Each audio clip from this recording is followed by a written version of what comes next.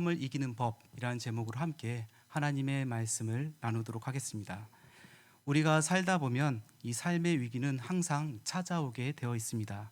삶의 위기가 찾아오면 이 불안과 낙심, 이 좌절이 찾아오고 그러면 이 영적인 무기력이 삶의 주인 노릇을 하게 됩니다. 이러한 영적 공격은 툭툭 건드는 이 잽이 아니라 이 강력한 어퍼컷이나 또한 이 펀치로 우리를 다운시킬 때가 있습니다. 이 대다수의 사람들은 영적인 위기가 나와 무슨 상관이냐라고 말하는 사람들도 있습니다.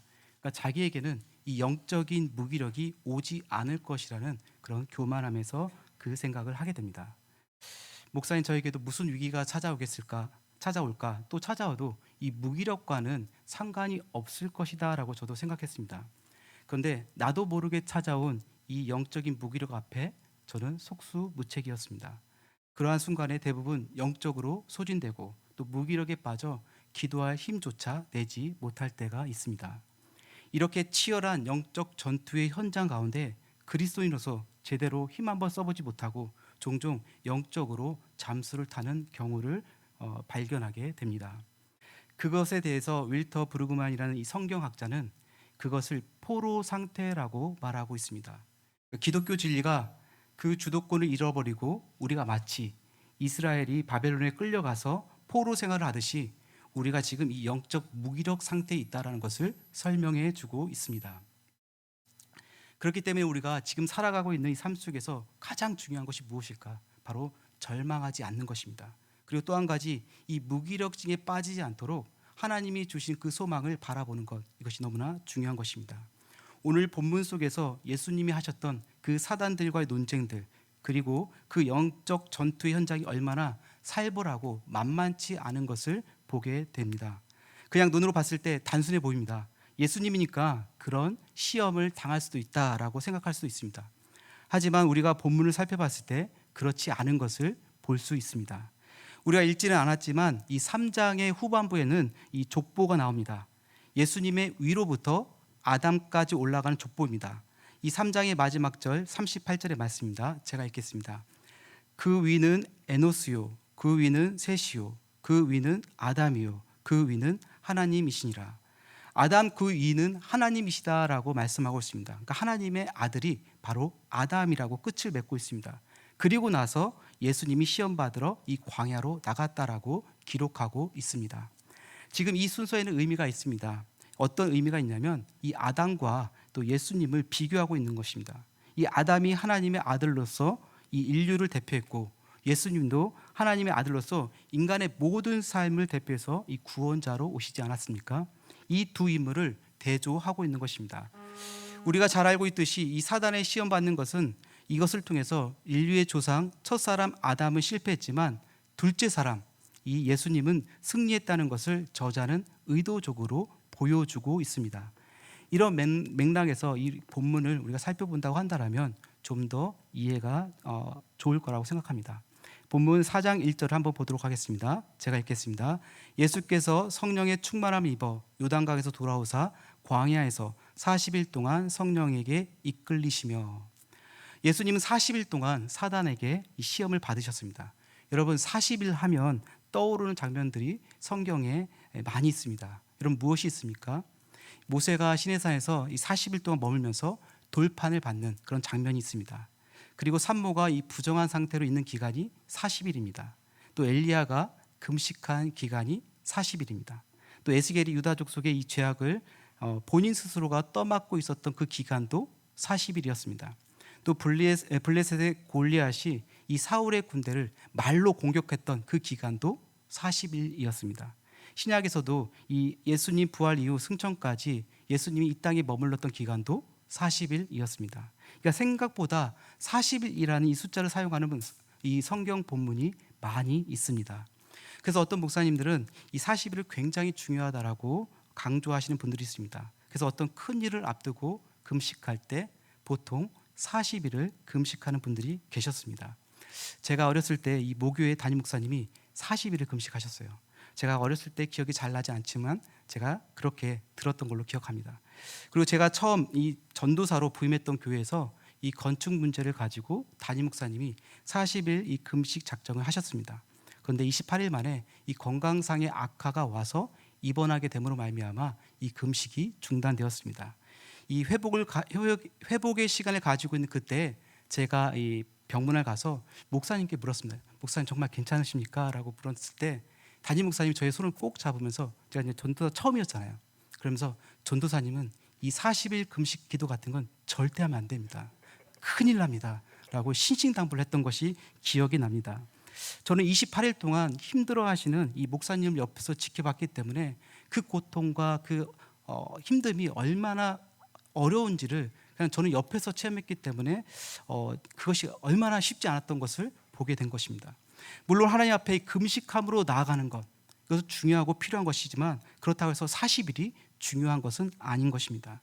단지 예수님은 이제 완전히 육체적으로 쇠약한 상태에 있다는 것을 성경 본문이 말해주고 있는 것입니다. 지금 예수님이 처한 환경은 말할 수 없는 비참한 가운데 있습니다. 40일을 금식하셨기 때문에 이 힘든 상황에서 아무것도 없는 그 광야로 나가게 된 것이죠. 환경을 보면 매우 열악합니다. 그와 반대로 아담은 에덴 동산이라는 풍성한 곳에서 이 뱀으로부터의 유혹을 받았습니다. 그러니까 환경만으로 볼 때는 에덴처럼 좋은 환경이 어디 있겠습니까? 죄가 들어오기 전에 아담은 죄가 없었어요. 그 마음속에 죄성도 없었습니다. 그리고 아담은 모든 것을 할 수 있었습니다. 그리고 하나님이 주셨던 모든 것을 다 누릴 수도 있었습니다. 단 한 가지만 안 하면 돼요. 그것이 무엇입니까? 선악을 알게 하는 그 나무의 열매를 따먹지만 않으면 되는 것이에요. 그런데 실패를 했습니다. 이것을 볼 때 우리가 알 수 있는 것은 좋은 환경에 있다고 해서 우리가 사단의 시험을 잘 견딜 수 있는 것도 아니고, 또 나쁜 환경, 좋지 않은 환경에 있다고 해서 사단의 시험에 잘 빠지는 것도 아니라는 것입니다. 그렇기 때문에 우리가 처한 환경에 대해서 우리가 핑계할 수 없다는 것입니다. 그렇다면 시험을 지고 이기는 그런 요인, 결정적인 요인이 무엇일까요? 그것이 바로 1절에서 그 요인을 설명해 주고 있습니다. 예수께서 성령의 충만함을 입어라고 말씀하고 있습니다. 바로 성령입니다. 하나님을 의지하느냐, 의지하지 않느냐가 이 차이인 것입니다. 이 차이가 사단의 유혹을 이길 수 있느냐 아니면 없느냐라는 그런 결정적 요인이 되는 것입니다. 마태, 마가, 누가복음 이 전체에서 이 예수님께서 성령에 이끌려 광야로 갔다라고 기록하고 있습니다. 그런데 뉘앙스는 조금씩 다릅니다. 마태복음을 보게 되면 성령에 이끌려 마귀에게 시험을 받았다라고 기록하고 있고요. 마가복음은 성령이 곧 예수를 광야로 몰아내신지라라고 기록하고 있습니다. 그러니까 성령이 예수님을 몰아냈다라고 기록하고 있는 것이죠. 그리고 우리가 읽었던 이 누가복음에서는 오늘 본문 안에서 성령의 충만함을 입어, 그러니까 성령의 인도함을 받았다라고 기록하고 있습니다. 이 공간복음에서 사용되는 이 성령의 이끄심의 뉘앙스가 조금씩은 다릅니다.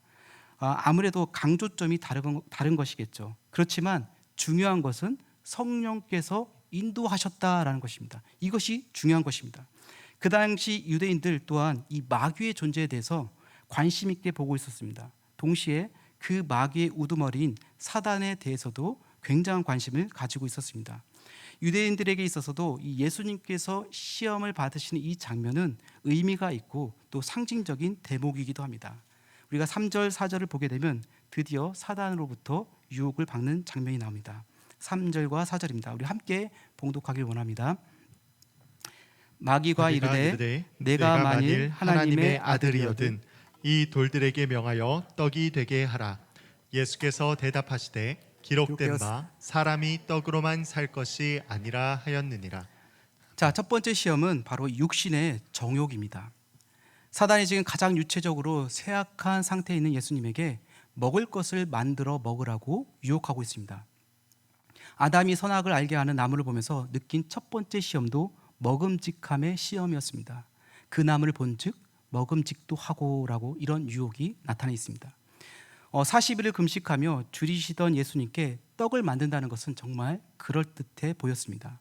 하지만 예수님은 기록된 하나님의 말씀으로 이 모든 것들을 이겨내셨습니다. 그러니까 절대적인 삶의 기준이 있었다는 것입니다.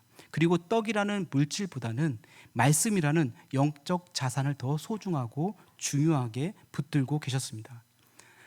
내가 만일 하나님의 아들이거든이라고 사단이 말하고 있습니다.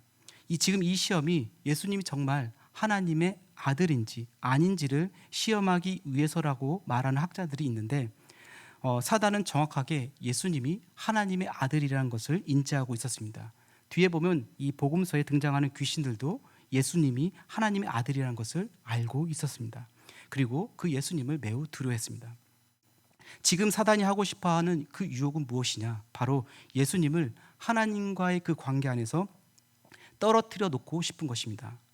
예수님은 돌덩이를 가지고 떡을 만들 수 있는 그런 능력이 있음에도 불구하고 예수님은 그렇게 하지 않으셨습니다. 예수님은 자신의 삶에 대해서 철저하게 절제하셨습니다. 이것은 우리의 삶에도 동일하게 적용할 수 있는 것이죠. 우리도 살다 보면 내 마음대로 물질을 쓰고 또 내 시간과 내가 누릴 수 있는 모든 것들을 누릴 수도 있습니다. 하지만 하나님이 우리에게 주신 것은 청지기적 삶으로 우리에게 맡겨주신 것이지 나의 것이라고 말씀하고 있지 않으십니다. 그렇게 우리가 누려야 할 모든 것을 누리는 것이 아니라 하나님의 뜻대로, 하나님의 말씀대로 이 절제할 수 있어야 하는 것입니다. 근데 하나님의 뜻을 따라 이 절제하는 삶이 그렇게 쉽지 않습니다. 그렇게 살려고 발버둥 치다가도 또 이 큰 장벽에 부딪힌 순간이 찾아오면 큰 딜레마로 우리는 또 다가올 때가 있습니다. 우리는 말씀대로 살려고 하는데 왜 하나님께서는 이런 시련과 이런 고난을 주십니까? 라는 이 하나님에 대한 섭섭함과 또 불만을 가질 때가 있는 것이죠. 근데 사단은 그러한 것들을 노리는 것입니다. 하나님의 약속에 대한 신뢰를 깨트리기 위해 이 사용하는 사단의 전략인 것이죠. 예수님이 이에 대해서 반박하시는 구절이 바로 신명기 8장 3절입니다. 제가 읽겠습니다. 너는 낮추시며 너를 줄이게 하시며 또 너도 알지 못하며 내 조상들도 알지 못하던 만나를 내게 먹이신 것은 사람이 떡으로만 사는 것이 아니요 여호와의 입에서 나오는 모든 말씀으로 사는 줄을 알게 하려 하심이니라. 그러니까 이스라엘 백성들이 광야로 나갔습니다. 그런데 하나님이 바로 먹을 것을 주시지 않고 또 마실 것도 주시지 않았어요. 그러니까 이스라엘 백성들은 목마르고 굶주렸습니다. 처음부터 먹을 것을 주실 수도 있었지만 그렇게 하지 않으셨습니다. 이스라엘 백성들이 굶주리고 불평하고 또한 요구할 때까지 기다리셨어요. 그러다가 만나를 주셨습니다. 이 만나가 얼마나 맛있는지 모르겠지만 이스라엘 백성들이 너무나 맛있게 그 만나를 먹었습니다. 그러니까 이러한 과정이 먹을 것을 단순히 주는 것, 이것이 아니라 하나님의 백성은 하나님이 주시는 그 말씀으로 사는 것, 이것을 깨닫게 하기 위해서 그렇게 하신 것입니다. 내가 내 마음대로 먹고 마시고 내가 만족할 만한 것들로 내 인생을 사는 것이 아니라 하나님의 말씀대로 뜻을 깨닫고 알아가는 그 삶이 정말 진정한 삶이라는 것을 가르쳐 주시기 위한 것입니다. 사단이 이제 여기서 멈추지 않고 다시 또 시험합니다. 두 번째 시험은 바로 안목의 정욕입니다. 5절에서 7절 말씀을 제가 읽겠습니다. 마귀가 또 예수를 이끌고 올라가서 순식간에 천하만국을 보이며 이르되 이 모든 권위와 그 영광을 내가 내게 주리라. 이것은 내게 넘겨준 것이므로 내가 원하는 자에게 주노라. 그러므로 내가 만일 내게 절하면 다 내 것이 되리라. 아멘. 이 마태복음에서는 지극히 높은 산으로 데려갔다라고 말씀하고 있습니다. 그러니까 높은 산에 올라가서 순식간에 천하만국을 다 보여준 것이죠. 그리고 예수께 이렇게 이야기한 것입니다. 나한테 절하면 이 보이는 모든 천하 만물을 너에게 주겠다라고 말하고 있습니다. 이 사단의 말을 보면 이 세상이 사단이 갖고 있구나, 그러니까 사단에 속해 있구나라는 그런 뉘앙스를 갖게 합니다. 여러분 곰곰이 생각해 보십시오. 이 세상이 사단에 속해 있습니까? 사단에게 속해 있습니까? 이 세상이 사단에 속해 있는 것처럼 보여집니다. 왜냐하면 이 세상이 너무나 악해졌기 때문에 그렇습니다. 너무나 나쁜 일들이 반복되어지고 우리가 상상하지 못하는 그러한 범죄와 또한 살인과 그런 아픔들이 이 땅 안에 계속적으로 일어나기 때문에 정말 악한 곳에 속해 있는 건 아닌가, 사단에 속해 있는 건 아닌가라는 착각을 불러일으키게 합니다. 그러나 그렇지 않다라는 것이죠. 바로 분명한 것은 하나님께 속해 있습니다. 사단은 교묘하게 이것들에 대해서 거짓말을 하는 것이죠. 아주 티가 나지 않게 말입니다. 마치 뱀이 하와에게 간교하며 적금하면서 이렇게 질문합니다. 하나님이 참으로 너희에게 동산나무의 이 열매를 먹지 말라 하시더냐라고 묻는 것과 비슷합니다. 그렇게 질문하니까 하와가 오히려 자신의 감정을 드러내면서 그렇게 또 맞장구를 치게 되는 것을 보게 됩니다. 하나님의 말씀에 명확한 기준이 없게 되면 이러한 사단의 속임수에 대해서 맞장구 치게 되고 그 괴계에 빠져들게 되어 있다는 것입니다. 사단은 우리가 어디에 약한지, 또 어디에 약한지, 얼마나 부족한지에 대해서 너무나 잘 알고 있습니다. 사람은 보는 것에 너무나 약하죠. 좋은 것을 보면 갖고 싶어하는 그런 소유욕도 있습니다. 마치 이 아담이 선악과를 보고 먹음직도 하고 보암직도 하고 탐스럽기도 하다라고 말했던 것처럼 말입니다. 왜냐하면 아담이 먹을 것이 없어서 그것이 탐스러운 것이 아니었어요. 그 주변에 정말로 맛있고 또 탐스러운 과일과 열매들이 너무나 많았던 것이에요. 그럼에도 불구하고 하나님과 약속했던 그 동상 중앙에 있는 나무를 보면서 그런 마음을 가졌다는 것입니다. 그래서 우리가 말씀으로 온전히 서 있지 않으면 언제든지 이러한 속임수에 넘어갈 수 있는 그런 연약한 존재라는 것을 우리는 꼭 기억해야 하는 것입니다. 그래서 우리의 기준은 명확한 하나님의 말씀으로 흔들림 없이 있어야 한다는 것입니다. 마지막 때에 벌을 주고 심판을 할 수 있는 그런 권한이 누구에게 있습니까? 바로 하나님께 있습니다. 그럼 그 가운데 사단은 무슨 역할을 하고 있는 것일까요? 사단의 역할은 하나님께 심판할 수 있는 그런 명분을 주는 것이에요. 여러분, 왜 이 땅이 치열한 영적 전투인지 아십니까? 사단의 말대로 이렇게 질질 끌려가면 하나님께 심판받을 그런 명분을 내어주기 때문에 그렇습니다. 하나님께서는 그러한 명분을 사단에게 허용하신 것뿐입니다. 그렇지만 이 세상은 하나님께 속해 있는 것입니다. 사실 예수님도 이것을 명확하게 알고 있었습니다. 그리고 심지어 예수님은 사단을 쫓아낼 수 있는 그런 권한도 갖고 있었어요.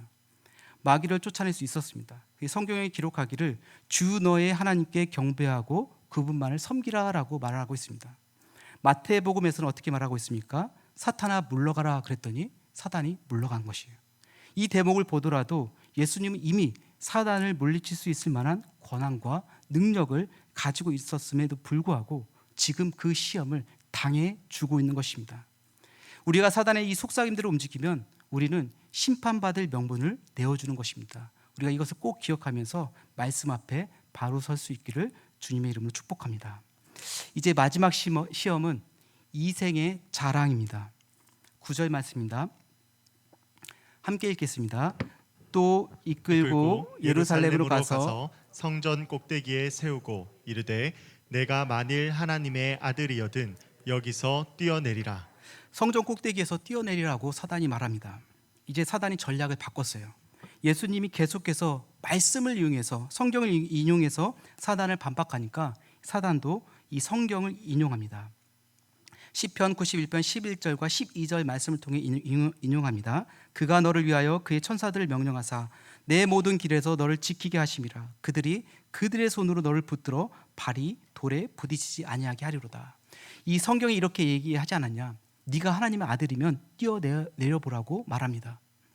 너는 하나님의 아들이니까 능력이 있잖아. 그 능력을 많은 사람들에게 보여줘봐 라고 사단이 시험을 하고 있는 것입니다. 이 시험은 어떻게 보면 네가 가는 그 그리스도의 길을 쉽게 가라고 시험하는 것이에요. 성전 주위에는 많은 사람들이 있었습니다. 그곳에는 뛰어내려서 내가 하나님의 아들이라는 것을 모든 사람 앞에서 증명해 보이라는 것입니다. 그러면 사람들이 분명 예수님을 하나님의 아들이라고 믿을 뿐만 아니라 또 인기와 또 명예를 누릴 것이라고 사단은 속삭이고 있는 것이죠. 마치 아담이 선악과를 보면서 지혜롭게 할 만큼 탐스럽기도 하고 한 나무라고 보는 것과 비슷합니다. 그리고 그것을 그냥 따서 먹으면 돼라고 말하는 것이에요. 그러니까 너도 쉽게 하나님처럼 될 수 있어라고 유혹하는 것입니다.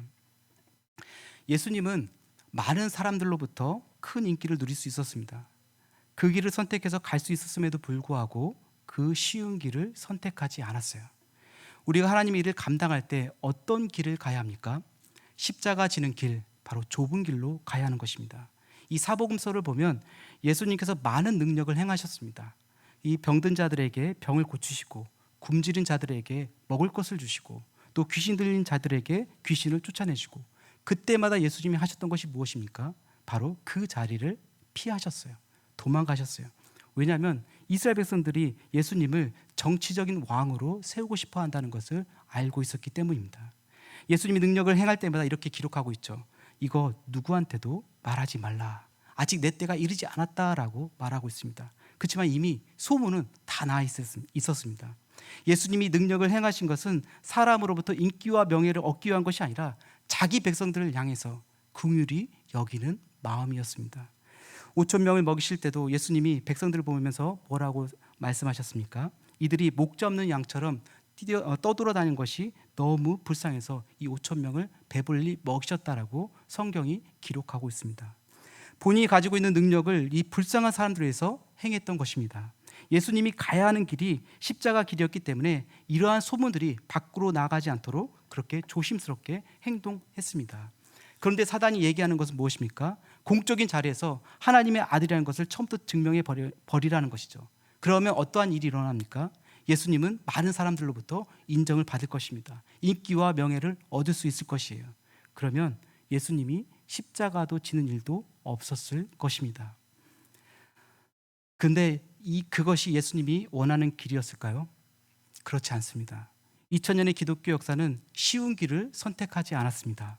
세계 기독교 역사 속에서 교회가 가장 부흥했을 때, 그리고 선교에 있어서 성령의 역사가 아주 뚜렷하게 나타났을 때가 바로 언제였냐? 바로 고난의 시기였습니다. 대표적으로 20세기에 중국이 그랬습니다. 여러분, 수십 년의 문화 대혁명을 통해서 기독교인들의 씨를 마르게 했습니다. 그 상황 속에서 중국이 부흥할 것이라고 어느 누구도 예측하지 못했습니다. 선교사님들조차 예측하지 못했어요. 중국에는 기독교인이 없을 것이다라고 했는데 막상 열어봤더니 이 중국 안에는 엄청나게 부흥하고 있었던 것입니다. 왜냐하면 사람들이 쫓겨다니면서 예수님을 전파했기 때문에 그렇습니다. 21세기인 지금도 중국 선교는 너무 힘들어졌습니다. 대부분의 선교사님들이 이 중국에서 추방을 당했습니다. 그렇다고 해서 이 중국 선교가 무너진 것이 아니라 선교사님들이 자신의 삶을 들여 교회를 세우고 또 공동체를 세우고 눈물로 현지인들을 세우면서 그들을 중심으로 지하교회가 활발하게 움직이고 있습니다. 이것은 결코 그냥 이루어진 것이 아닙니다. 누군가의 헌신과 눈물과 기도로, 무엇보다 목숨을 걸고 그 길을 앞장섰던 분들이 계셨기에 가능한 일이었습니다. 사단은 인생이 한 방인 것처럼, 또 쉬운 길이 있는 것처럼 우리를 계속 유혹하고 있습니다. 너가 가지고 있는 거 자랑하면서 쉽게 살라라고 말합니다. 그래서 사람들이 쉽게 빠지는 것이 무엇입니까? 계속해서 쉬운 길을 선택한다는 것이죠. 넓은 길을 선택한다는 것입니다. 근데 그 쉬운 길은 내 인생을 망치는 길인데도 불구하고 그 길을 가려고 한다는 것이죠. 우리는 이러한 유혹 속에 빠져 있을 때가 있습니다.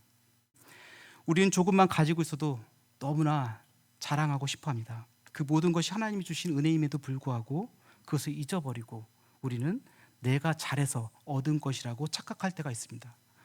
우리의 삶에 있어서 네가 가지고 있는 것 자랑해 보라라는 그런 유혹이 있을 때마다 말씀으로 우리가 강력하게 물리치기를 축복합니다. 13절을 보면 마귀가 모든 시험을 다한 후에 얼마 동안 떠나니라 라고 기록하고 있습니다. 이제 사단이 물러갔습니다. 근데 주목해야 할 것은 어느 때까지 예수에게서 떠나갔다라고 이야기하고 있습니까? 얼마 동안이라고 이야기합니다. 그 말은 무엇입니까? 다시 돌아오겠다는 것이죠. 복음서 내내 이 사단과 이 예수님은 계속해서 영적 전투를 벌입니다. 그리고 사단은 계속해서 예수님의 일을 방해합니다. 재밌는 것은 사단이 예수님을 방해하기 위해서 사용했던 도구가 바로 십자가였다는 것이죠. 사단이 자신의 모든 두뇌를 이용해서 썼던 최고의 한 수가 바로 하나님이 가장 원하셨던 십자가의 길이었던 것입니다. 하나님은 사단을 통해서 끝까지 그 일을 행하시는 것입니다. 성도의 삶도 마찬가지입니다. 여러분, 우리에게 이런 치열한 영적 전투가 없었으면 좋겠죠.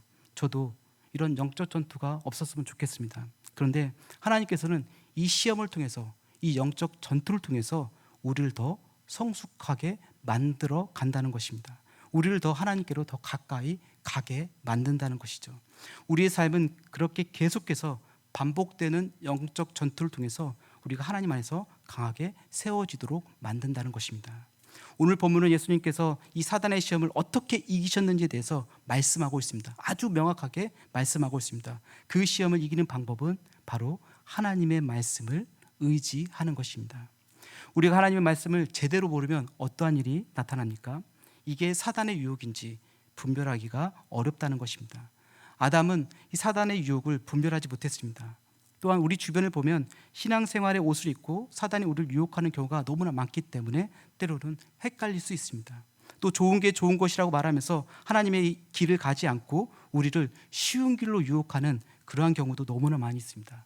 근데 그것이 교회 안에 얼마나 많이 침투해 있는지 보게 됩니다. 신앙생활도 너무 쉽게 가라고 유혹하는 것이죠. 바울이 에베소 6장에서 점심갑주에 대해서 이야기할 때 모든 것이 다 방어 도구였는데 한 가지만 공격하는 것이었습니다. 그것이 무엇이었습니까? 바로 성령의 검, 말씀만이 우리가 마귀를 대적할 수 있는 유일한 공격 도구였습니다. 문제는 우린 그런 강력한 무기가 있음에도 불구하고 사용하지 않을 때가 너무나 많다는 것입니다. 우리의 생각 안에 말씀은 어렵다라고 생각해서 그런지 그것을 자꾸 묵혀두려고 합니다. 말씀을 대하는 것이 어려울 때가 있죠. 말씀 읽는 것, 묵상하고 상고하는 것, 그것이 너무 쉽지 않습니다. 말씀에서 나타내고자 하는 것들은 우리가 생각하는 것보다 반대일 때가 너무 많습니다. 역설적이라는 것이죠.